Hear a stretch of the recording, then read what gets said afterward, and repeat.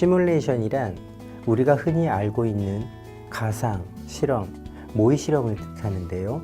예를 들어 우리가 자동차 에어백 실험을 하는 데 있어 직접 사람이 타서 하긴 많이 위험하죠.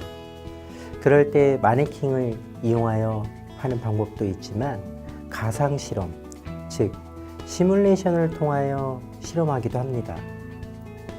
이와 같이 시뮬레이터는 선박, 항공기 등의 설계 등에 많이 사용되고 있으며 수학적, 통계학적 기법을 이용하여 함수나 방정식을 조립한 계량 모델을 사용하여 실험을 합니다.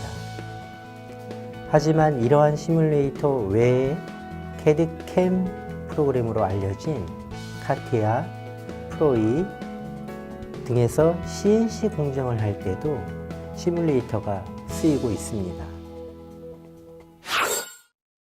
강사님, 오늘 저희가 3D 프린터의 소재부터 시작해서 사용자 인터페이스 프로그램을 개발하고 소스 코딩을 통해 스태핑 모터까지 구동해 봤는데요. 그럼 이제 드디어 저희가 개발한 3D 프린터가 완성되는 건가요? 아직 아닙니다. 확인 과정이 하나 더 남았는데요. 저희가 만든 프로그램이 제대로 설정된 건지 확인하는 CAM 시뮬레이션입니다. 캠이면 컴퓨터를 사용해 제조를 하는 프로그램이죠? 그렇습니다. CAM과 같은 사용하는 것으로 CAD가 있습니다.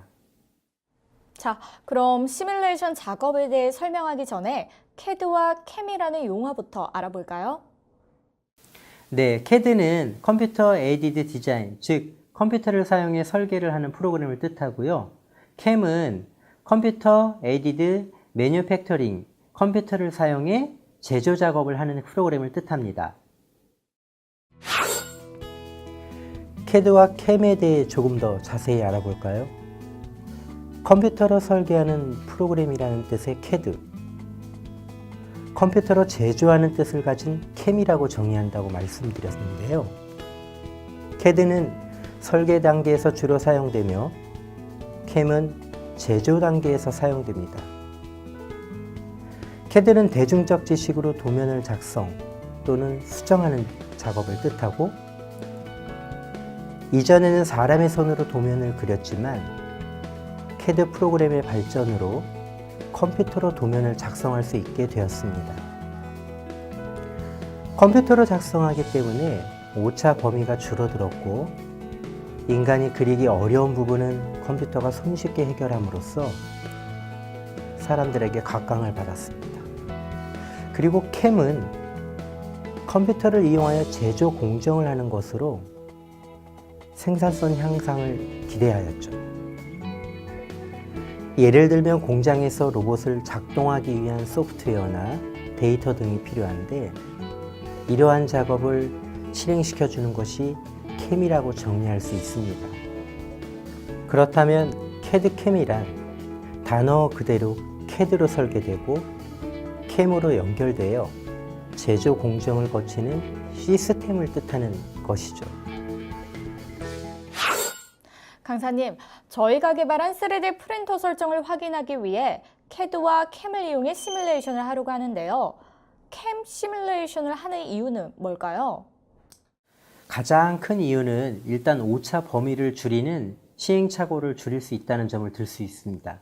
이전에는 사람의 손으로 하던 일을 CAD 프로그램으로 발전하면서 섬세한 부분까지 아주 손쉽게 해결이 됐죠.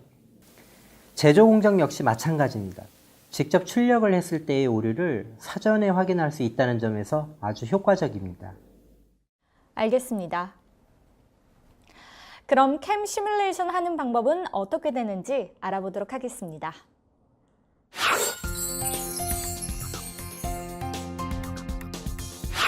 자, 이제 우리가 설계한 프로그램들이 제대로 실행돼서 3D 프린터를 제대로 구동할 수 있는지 직접 시뮬레이션 해볼 텐데 소감이 어때요?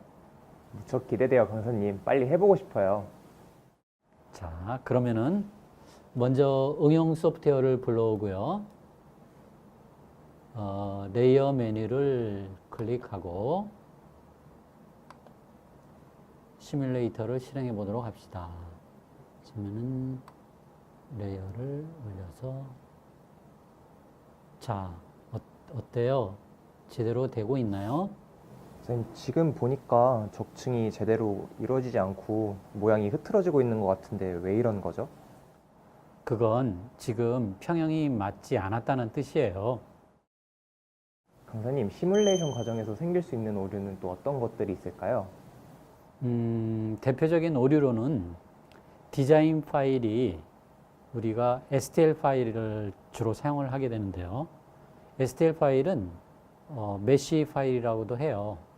삼각형의 단면들이 조합이 이루어져서 3차원 형상을 하는 거거든요.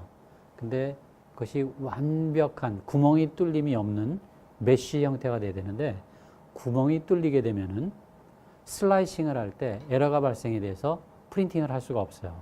이럴 경우에는 그 뚫린 구멍을 메쉬 믹서나 이런 소프트웨어들을 사용을 해서 그 뚫린 구멍을 메꾸어 줘야 돼요.